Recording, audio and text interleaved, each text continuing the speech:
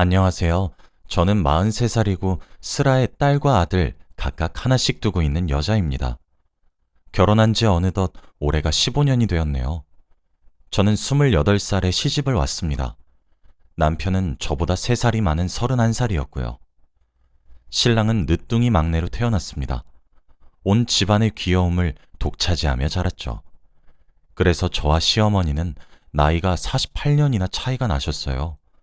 저는 치매에 걸리신 어머니를 9년째 모셨습니다. 어머니는 제가 시집 오고 6년 만에 치매에 걸리셨거든요. 이날 이때까지 9년 내내 점점 치매 증상이 심해진 어머니를 모시고 보살폈던 이유는 단 하나입니다. 시어머니가 제게 6년 동안 베풀어 주신 사랑, 그거 하나 때문이죠. 저는 제 평생에 저희 시어머니처럼 그토록 어질고 선한 사람을 본 적이 없습니다. 그런 어머니의 손에 자란 제 남편도 무척 선해요.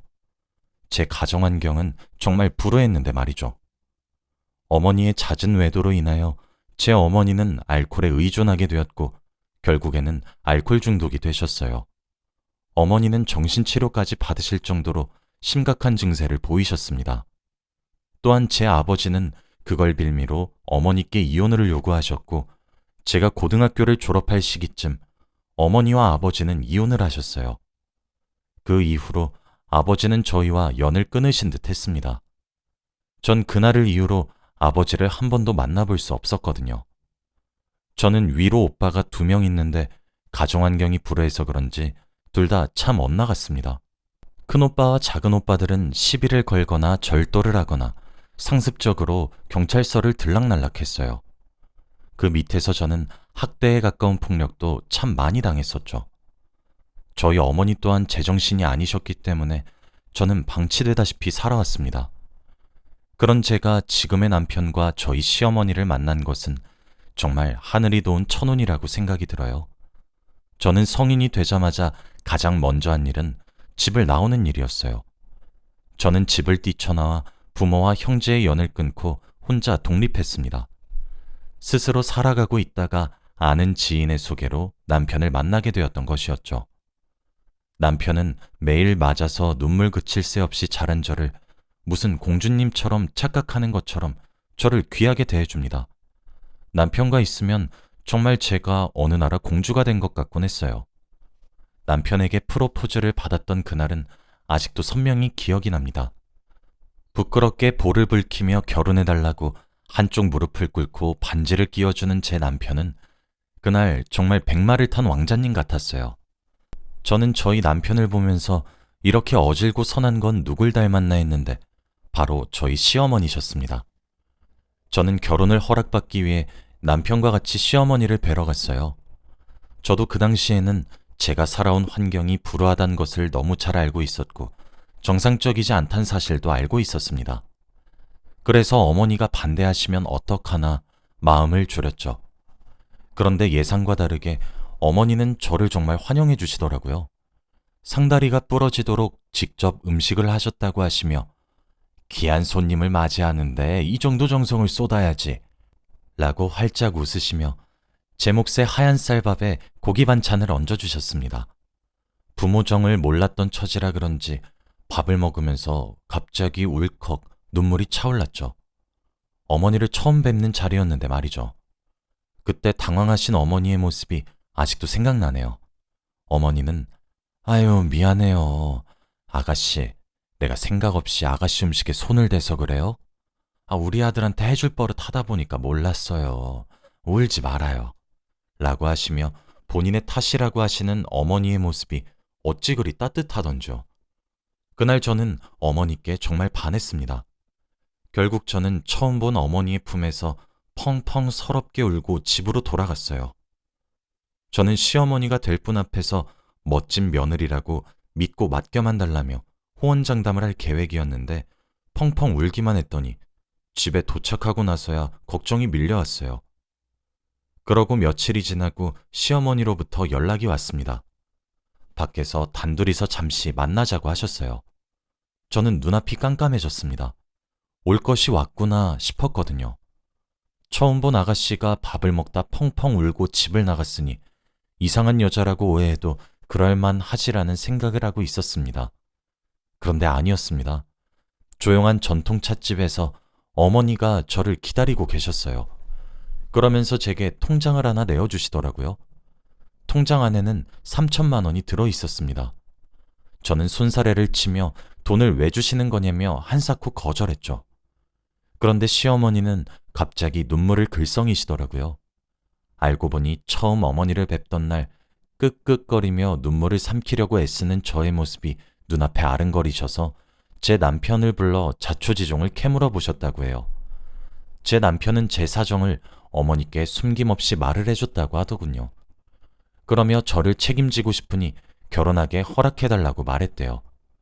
그런 남편마저 저에게 감동적이었는데 어머니는 제가 한사코 거절하는 통장을 굳이 바득바득 제 손에 쥐어주며 말씀하셨어요. 지영아, 어떤 나라에는 결혼을 시키려면 남의 집 귀한 딸을 데리고 올 때 집도 팔고 소도 팔아 지참금을 주고 데려온다고 하더라. 내가 모은 돈이 많지 않아. 고작 3천만 원에 너를 데려오는 것만 같아 너에게 미안하구나. 턱없이 부족하고 모자란 돈이지만 이 돈으로 네가 사고 싶은 것들 다 사고 하고 싶은 혼수도 해서 시집와 줄 수 있을까? 라며 제 손을 꼭 잡으셨죠. 부모의 정을 모르고 자랐던 저는 그런 어머님께 다시 한번 반했습니다. 결혼하면 살 집이라며 본가에서 나와 혼자 살고 있던 남편의 아파트를 일부러 처분한 뒤에 어머님을 모시며 살고 싶다고 아득바득 우겨서 어머님 댁으로 들어갔어요. 어머니는 모시겠다는 저의 말도 정말 수차례 거절하셨습니다. 저의 끈질긴 설득과 노력, 그리고 애정 공세에 어머니는 결국 마지못해 허락하셨죠. 남편은 위로 형과 누나들이 5명이 있습니다. 6남매의 막내죠. 제가 어머니를 모신다는 소식에 남매들에게도 참 많은 사랑을 받았습니다. 형님과 아주버님들도 어질고 선한 시어머니를 닮으셨는지 시집살이가 뭔지 구경도 시켜주지 않으셨어요. 제게 커다란 언성 한번 높이신 적도 없으시고요. 시아버지는 남편이 아주 어린 갓난아이 시절에 사고로 돌아가셨습니다. 어머니는 젊지 않은 나이에 과부가 되어 6명의 자식을 건사하셨죠. 지금 환갑을 바라보시는 아주버님은 자신이 평생 살아오면서 어머니가 언성 한번 높이는 것을 한 번도 본 적이 없다고 하셨습니다. 하루는 바쁜 제삿날 도와드리지는 못할 망정 배운 것이 모자라 양념병을 하나 깨뜨려버려 제사 음식도 다 망쳐버리고 병도 깨버린 적이 있었습니다. 시어머니는 일말의 망설임도 없이 아무 소리 하지 말아라 라고 하시곤 형님과 아주버님 앞에서 손에 힘이 빠져 놓쳤다며 남편 보기 부끄럽다, 늙으면 죽어야 된다고, 나도 남편을 따라가야 된다고 하소연하셨습니다. 저는 그런 어머니의 한없이 커다란 사랑을 느끼며 살았어요. 어머니가 외출을 하시고 돌아오시면 항상 어머님 손에는 까만 비닐봉지가 들려 있었습니다. 제가 군것질거리를 참 좋아했거든요. 저는 아이스크림을 참 좋아했습니다. 밥 한 그릇 뚝딱 하고 냉동실에서 아이스크림을 하나 꺼내 쩝쩝거리고 먹고 있으면 이빨 다 상한다고 그만 먹으라고 등짝을 찰싹 때리시다가도 외출할 때 돌아오시면 항상 집 앞 슈퍼에서 제게 가져다 줄 아이스크림을 2봉다리씩 사들곤 귀가하셨었죠. 저는 그런 어머니가 참 좋았습니다. 결혼하고 2계절 정도 지났나? 어머니랑 저랑 신랑 이렇게 셋이서 술을 한 적이 있었어요. 그날도 제가 곱창이 너무 먹고 싶다 노래를 부르니 어머니가 곱창을 사와 직접 집에서 구워주셨던 날이었죠.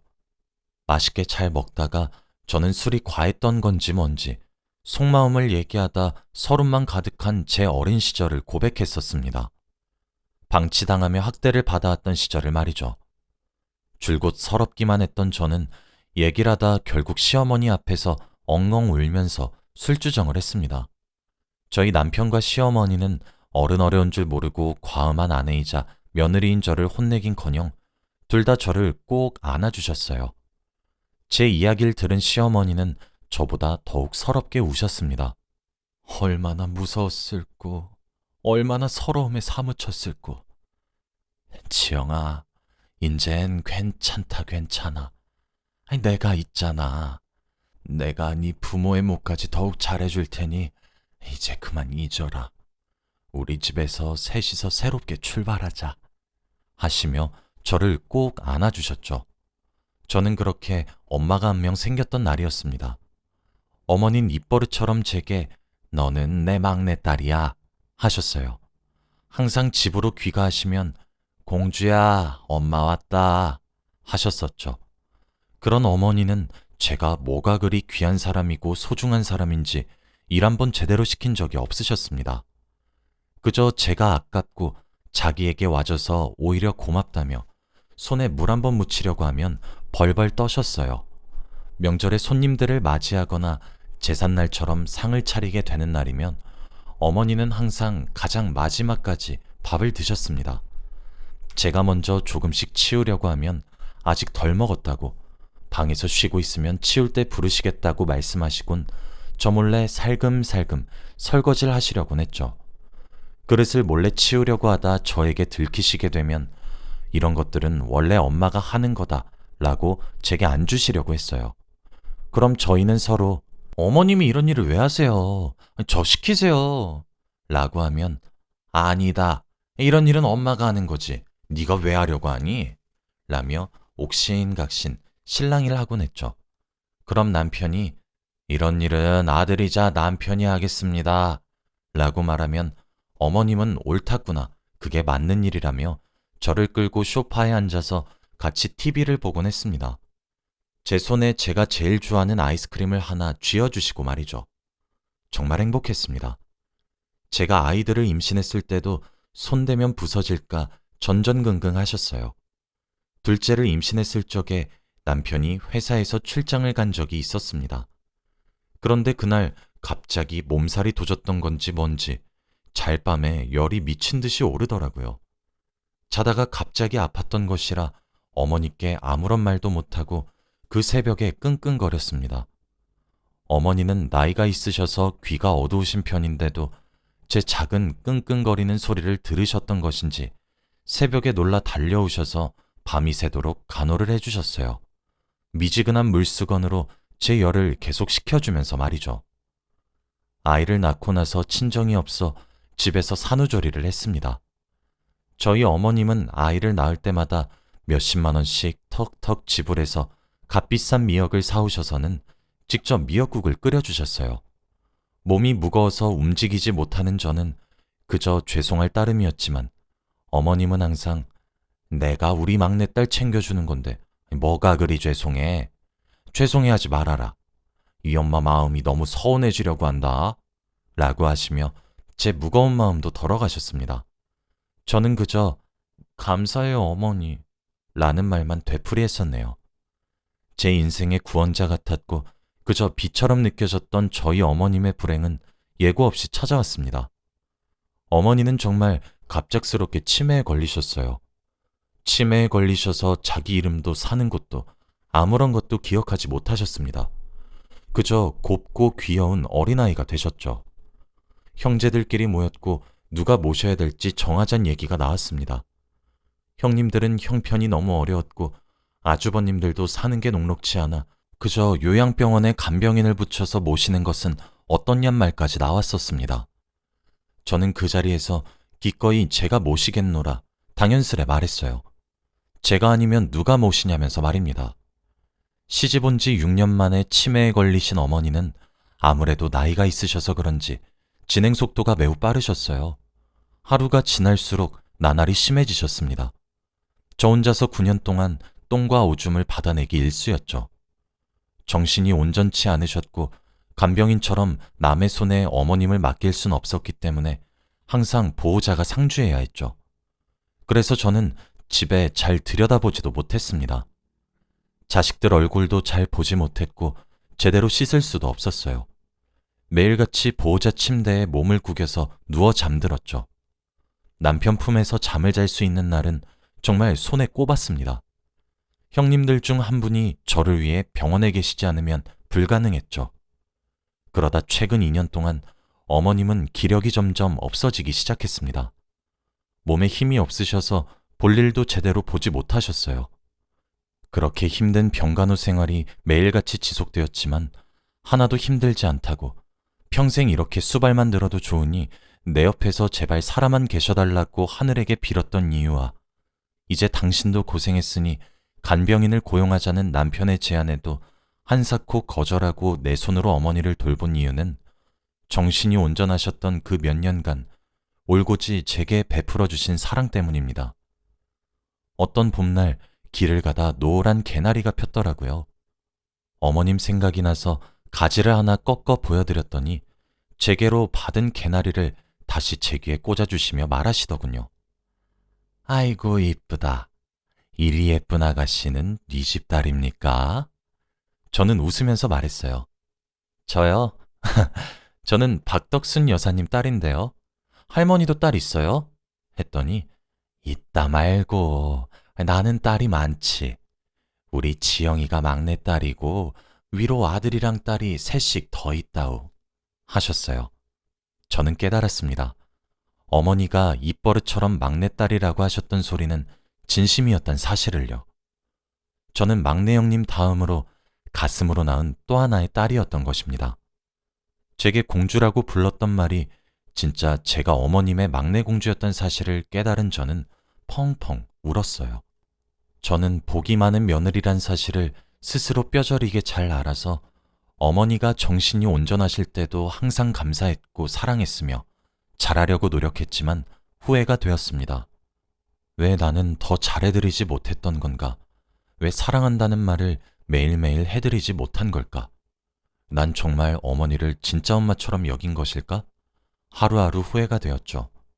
병간호가 생각보다 몸도 마음도 지치는 일이라 지칠 때면 형편이 저희 집보다 어려워서 아등바등 사는 형님들이 왜 도와주시지 않는지 원망도 했어요. 그러면 안 되는 거였는데 말입니다. 말 한마디 한마디, 행동 하나하나가 사무치게 후회가 되더군요. 시간을 돌릴 수만 있다면 제가 더 잘해드릴 텐데 말입니다. 오늘이 어머님이 다시 남편 품으로 돌아간 지 꼭 7개월이 된 날이에요. 어머니가 돌아가셨던 그날 밤 잠을 자고 있으면 한사코 깨우신 적이 단 한 번도 없으신 어머니가 절 깨우셨던 처음이자 마지막 날이었어요. 눈을 비비고 할머님 무슨 일이세요? 라고 물어보는 제 손을 가져가셔서 5만 원짜리 한 장을 쥐어주시며 속삭이셨습니다. 오늘 아침에 옆 침대 할머니가 집으로 가고 보니까 바닥에 떨어져 있었다. 너한테만 주는 거니까 다른 사람들한텐 아무런 소리도 하지 말고 혼자서 맛난 아이스크림 사 먹어야 한다 하시더라고요. 곰곰이 생각해보니 그날은 아주버님들이 시간을 맞춰서 점심시간에 우르르 몰려오신 날이었어요. 새 형님들도 병간호하고 그러려면 잘 챙겨 먹어야 한다며 밑반찬들을 바리바리 싸다 주셨던 날이기도 하고 어머님 얼굴을 보러 오신 날이었죠. 저희 남편도 퇴근하고 저와 어머님 볼 겸 저녁 9시에 들렸었습니다. 그리고 집으로 돌아갔는데 아침 9시에 퇴원하는 할머니가 떨어뜨린 돈을 주우셔서 계속해서 가지고 있다가 본인 자식들이 아닌 제게 돈을 주신 거였어요. 눈에서 눈물이 방울방울 떨어졌죠. 훌쩍이는 저에게 어머니는 왜 우노? 아니 누가 그랬어? 라며 어쩔 줄 모르는 어머니께 저는 사랑한다고 수차례 말하고 고맙다고 말했습니다. 그리고 다시 어머님을 재우고 침대에 누워서 잠을 청했어요. 그러다 갑자기 낌새가 아주 이상했습니다. 혹시나 싶어서 어머님 심장에 귀를 가져다 대보니 뛰지 않고 있었습니다. 코에 손가락을 가져다 대보니 숨을 쉬지 않으셨죠. 제게 5만 원을 쥐어주신 그날 새벽 어머닌 돌아가셨습니다. 하늘도 어머니의 어질고 선한 심성을 아신 건지 돌아가시는 마지막 날 자식들 얼굴들 다 보게 해주시고 돌아갈 수 있게 해주셨습니다. 어머니 장례를 치르면서도 바쁘게 손님들을 맞아야 할 저는 울면서 쓰러지기를 5번 반복했고 그러다 장례식장에서 응급실로 실려가기도 했습니다. 그렇게 며느리인 저는 어머니가 떠나가시는 길에 게으르게 누워만 지냈습니다. 어머니를 발인한 날 형님들과 아주버님들 그리고 남편과 저는 오열했습니다. 어머님을 땅에 묻으면서 우리들은 우애 좋게 앞으로 잘 살 테니 걱정 말고 마음 편히 가시라며 그렇게 저희는 어머님을 보내드렸어요. 7개월째인 지금도 아직 정신이 안 차려집니다. 아직 중학생인 딸과 아들은 제게 엄마 힘내요 라며 매일 안아줘요. 며칠 전에도 형님이 오셔서는 산 사람은 살아야 되지 않겠어? 이리 축 처져 슬퍼하는 모습을 보면 엄마가 얼마나 속이 상하시겠어 라고 하시며 저를 혼내셨죠. 그 말을 들으니 정신이 번쩍 차려지더군요. 아직은 어렵지만 어머니를 보내드리려 노력하고 있습니다. 어머니가 주신 5만 원짜리를 고이 접어 베개 밑에 넣어두고 오늘은 꿈에 나와달라 빌며 잠에 들어요. 꿈에 나오면 사랑하고 고맙단 말을 외치려고 준비도 합니다. 제가 가장 버티기 힘든 것은 여전히 집 여기저기에는 어머니 흔적이 가득한 현실이에요. 특히 져주려고 항상 아이스크림을 봉다리째로 담아오셨던 까만 비닐봉지를 보고 있으면 눈물이 절로 나서 누가 가슴을 쥐어뜯은 것처럼 아프고 미어집니다. 다음 생엔 제가 처음부터 어머님의 딸이 되고 싶은데 저만의 커다란 욕심이겠죠? 제 이야기를 들으신 여러분들 모두가 저희 어머니의 명복을 빌어주세요. 다음 생엔 아무 고생 없이 평생을 행복하게 사시길 빌어주시면 감사하겠습니다. 저는 오늘도 꿈에서 만날 어머니께 사랑한다고 말할 준비를 마치며 잠에 들게요. 들어주셔서 감사합니다.